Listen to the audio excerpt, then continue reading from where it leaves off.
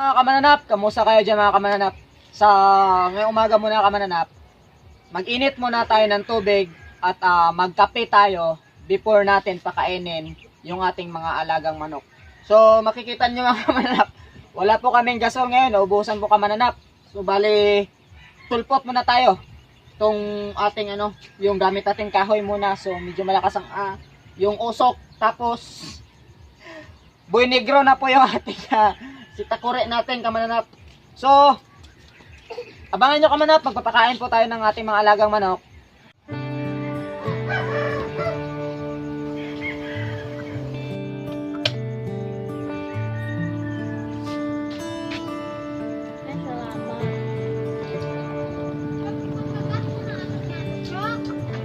Kape. Kamananap, kape muna tayo bago tayo magpakain dun sa ating mga alagang manok. Tara, kape muna, kape.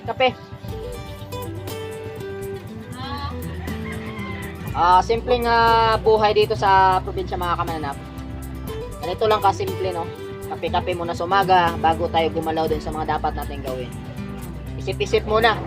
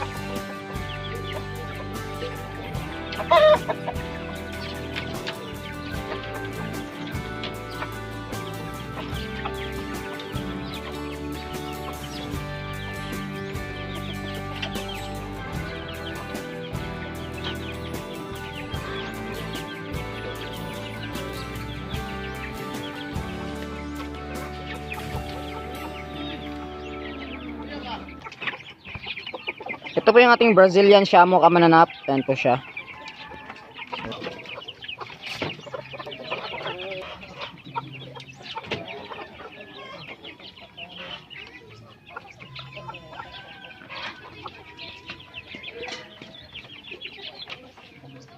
Ito naman po yung ating Jutako. Ayan po siya kamananap, oh. Ayan, so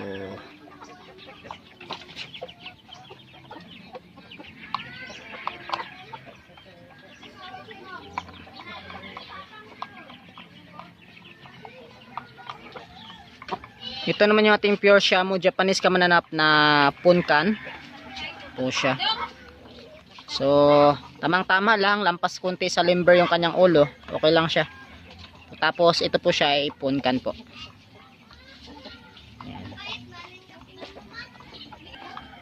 Ayan po yung kanyang kaliskis kamananap.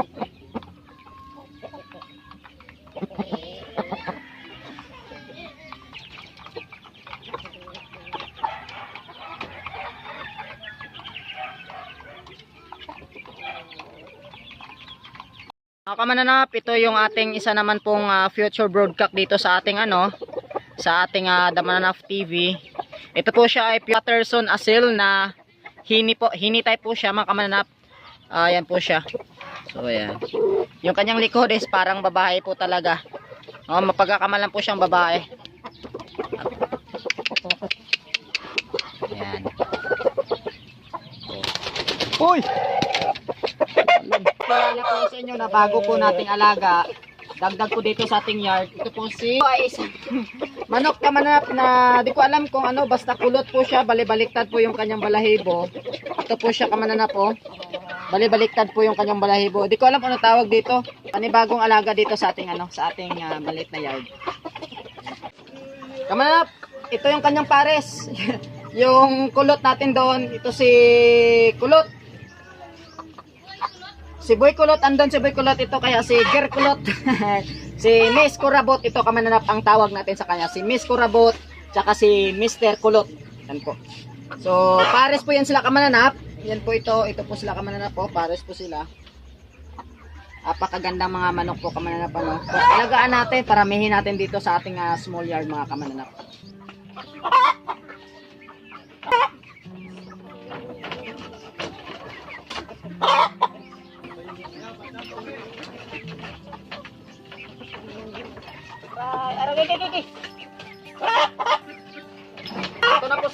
Ito na po si Boy Angas, oh. Malaki-laki na siya kamananap, oh.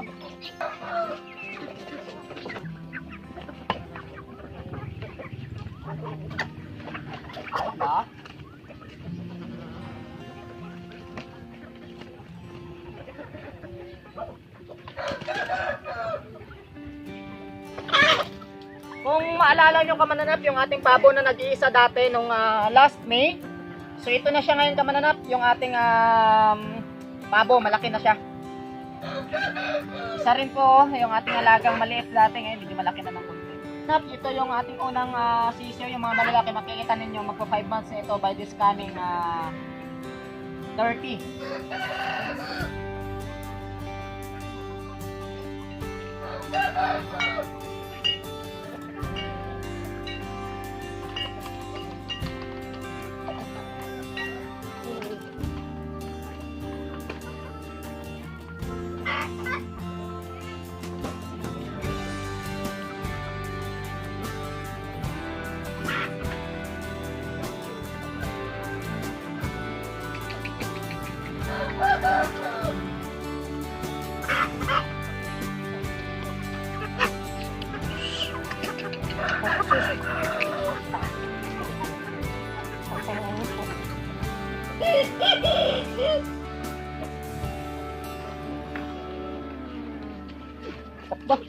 Ang bilis niyo kumain ah.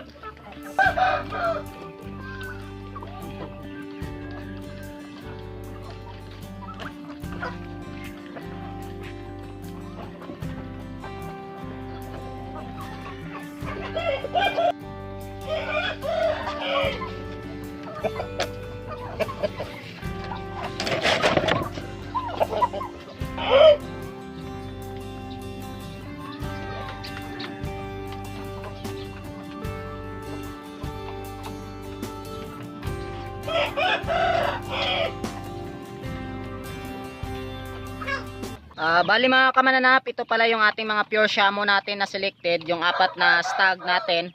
So bali ito na sila ngayon, magtutuman sila by this coming 21. So ayan na po, medyo inapakan nila yung kanilang pagkain. Binibigyan ko sila ng basa kamanap para mas mabilis sila lumaki. Ayan po. So for kamananap, napapansin ko sa ating mga hasiso na tong lalaki ng kanilang paa. Kung sila kalaki, wala ganong balahibo yung likod. So tingnan natin kung anong klaseng breeding naman ang meron tayo ngayon mga kamananap. Tapos ito naman yung ating Shamo Asil kamananap na mga pulit. Mag 2 months old ngayong over 21 and 22. At andito yung ating ibang mga sisiyo mga kamananap. 1 month old na. Nag-iisa na lang to kasi mayroong pumunta nila ito lakarang araw. Bumili ng ating mga asil na sisiyo. So hindi natin mapigilan mga kamananap dahil talagang sinasadya ho tayo, hindi rin natin nakakahiya naman kung hindi natin sila pagbibigyan na talagang pumupunta dito. Syempre, tayo naman po ay nagbi-breed at tayo ay kailangan din natin magbahagi po ng ating mga alagang manok po kamananap. So, ayun po no. Sabi nga nila, breed and share po mga kamananap. Dito sa ating yard mga kamananap, hindi po tayo mahal magbinta ng ating mga sisiw. As long as naman po na kaya ng ating mga buyer o kaya ng ating mga kamananap dyan, no? Mga solid supporter natin dyan na kaya nila, eh nagbibigay ho tayo doon, no. Hindi naman po tayo ganun kamahal magbenta mga kamanap. Yung tamang-tama lang. Kumbaga sure your breeding daw, sabi nga nila. So kung isipin natin mga kamanap, itong ating brooding na to, eh, hindi po ako okay sa ganito. Kasi gusto ko kamananap, pag nakikita ko yung brooder natin, kailangan hindi ko po nakikita yung mga dumi-dumi na yan. Yan, yung mga dumi na yan kamanap. Kasi kapag yan kamanap, meron tayong dumi-dumi dyan. Yan po ay kapos na basa pa yan ng tubig. So kakainin ng ating mga sisiw yan, or apak-apakan nila mapupunta dito sa kanilang pagkain. May tendency mga kamananap, makontaminated yung ating alagang mga sisiw. At doon na po magsisimula yung sipon at halak at kung ano-ano mang uri ng sakit na pwede nila makuha. So yun po, no, i-drain para malinis yung liguan. So yan po yung mga Peking duck natin mga kamananap, oh. Malalaki na sila mga kamananap. 2 buwan more than. Running 3 months na mga kamananap. So 3 buwan na lang ulit yung ating aantayin. At talagang makikita na natin kung mangingitlog at ilang babae at ilang lalaki dito sa ating sa ating mga Peking duck. So papakainin din yung kamananap.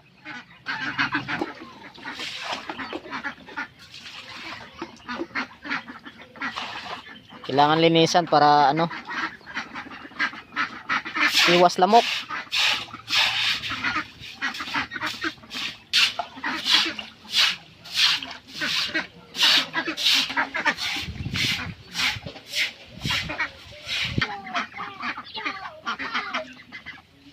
Ang kukulit talaga ng mga Peking duck. Ang iingay nila mga kamananap, yung mga Peking duck na ito. Ayan, oh. 20 piraso sana ito kaso namatay ito ng isa dahil doon sa biyahe. Namatay yung isa, so bali 19 piraso na lang ito. So kumakain sila ng mga kamananap, repolyo na galing sa palengke.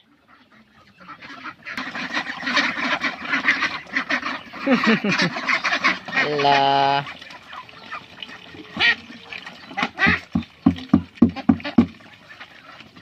Ayan na.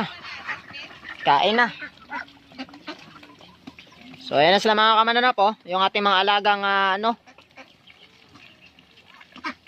yung pinapakain namin kamananap sa ating mga alagang Peking duck, halo-halo po siya. May darak at saka yung corn grits. Tapos pinapakain natin ng mga dahon ng gulay. Ayan po. At syempre, meron din silang swimming pool yung ating Peking duck kasi yung ating Peking duck po ay nangangailangan po ito ng tubig. So ayan po kamananap. Every time kakain po yan sila, naghahanap po yan tubig. Tulad yan, no, pupunta sila doon, no. Kala na may tubig, wala na palang tubig. Yun lang muna yung update dito sa ating small backyard. Maraming salamat po sa lahat ng patuloy na sumusuporta po sa Damanaf TV, sa aking mga subscriber po. Dumadami na po tayo mga kamananap. More than 1,000 subscriber na po tayo at na-monetize na yung ating channel. Sa lahat po ng subscriber ko po at sa lahat po nanonood ng Damanaf TV, shout out po sa inyong lahat. Maraming salamat po sa inyong suporta. Sana patuloy kayo nandyan hanggat dumami pa po yung ating mga alaga. Sa mga nagtatanong po kung nagbibinta tayo ng ating mga alagang sisiw, yes po, nagbibinta po tayo. Pinopost ko po yun mga kamanap sa ating Facebook page na Damanaf TV. Hanapin nyo po lang yan, tapos pwede po kayo mag-message po doon para kung meron tayong mga available na sisiw. Sa ngayon kamananap, bilang na lang po yung ating mga sisiw dahil mga nakarang araw ho ay mayroong pumunta dito para kuhanin yung ating ibang sisiw. So talagang sinadya ho tayo, hindi ho tayo pwedeng makatanggi dahil talagang pinuntahan ho tayo. Nakakaya naman ho kung hindi tayo makapagbigay. So yun po. Sa ngayon po, kukunti na lang po yung ating mga sisiw. So magbe-breed na lang po tayo ulit. Sa mga nagtatanong kamanap, kung mayroon pa tayong pure shamo na natitira, sa ngayon, Wala na po na kamananap. Wala na po tayong natitirang pure Shamu. Magbe-breed na ulit tayo. So inantay ko rin po yung mga upcoming natin na mga breeding materials para magamit natin dito sa ating small backyard. O yun lang mga kamanap, yung update dito sa ating Damanaf TV. Sa lahat po ng subscriber, maraming salamat po sa mga nanonood at hindi pa subscriber. Please subscribe to this channel po to support Damanaf TV at para mas lalo pong dumami yung ating sa ating pamilya dito sa Damanaf TV po. So once again po, this is Dan Birano saying thank you so much po for your continued support and continue watching my channel. At hoping ho sana nag-i-enjoy ho kayo sa mga vlogs o sa mga videos po natin na buhay probinsya. Ganito lang po kasimple mga kamanap, ano? So yun po, maraming salamat pong muli sa inyo and this is again Dan Birano of Damanaf TV saying God bless and ingat po kayo parati mga kamananap.